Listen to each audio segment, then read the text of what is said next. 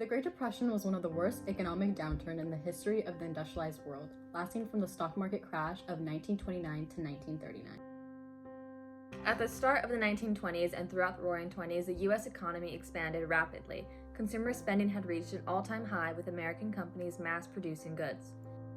Seeing the trend of increased sales in business and the chance to make a small fortune, people from all economic backgrounds began to invest in the stock market, expecting to cash in enormously because the prices of shares were escalating.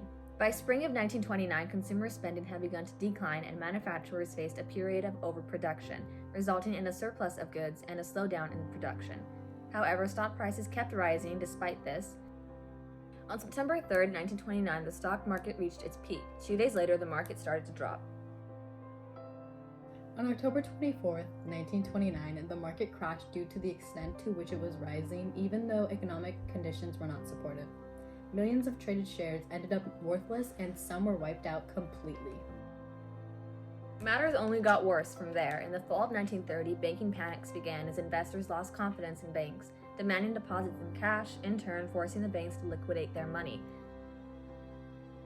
By early 1933, thousands of banks had closed their doors. Needing to make conditions better, the Smoot-Hawley Tariff Act was signed into the law by President Herbert Hoover in order to provide revenue and encourage the industries of the United States.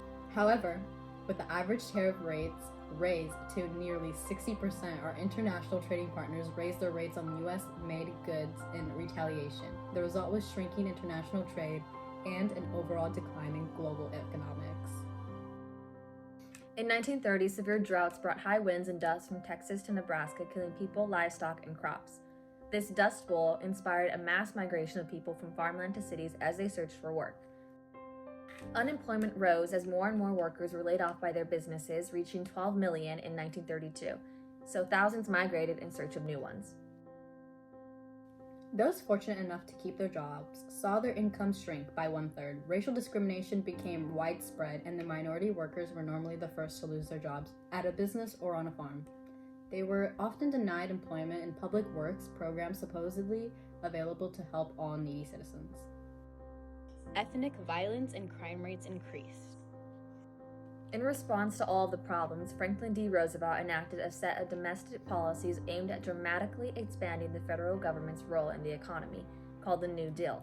It consisted of several programs, including the Federal Deposit Insurance Corporation and Social Security, which may sound familiar.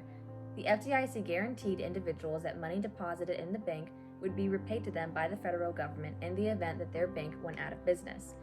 Social Security provided Americans with unemployment, disability, and pensions for old age for the first time ever. The Securities and Exchange Commission was designed to help investors feel more comfortable about putting their money back into the stock market. The Works Progress Administration provided jobs for unemployed people, focusing on building things such as post offices, bridges, schools, highways, and parks.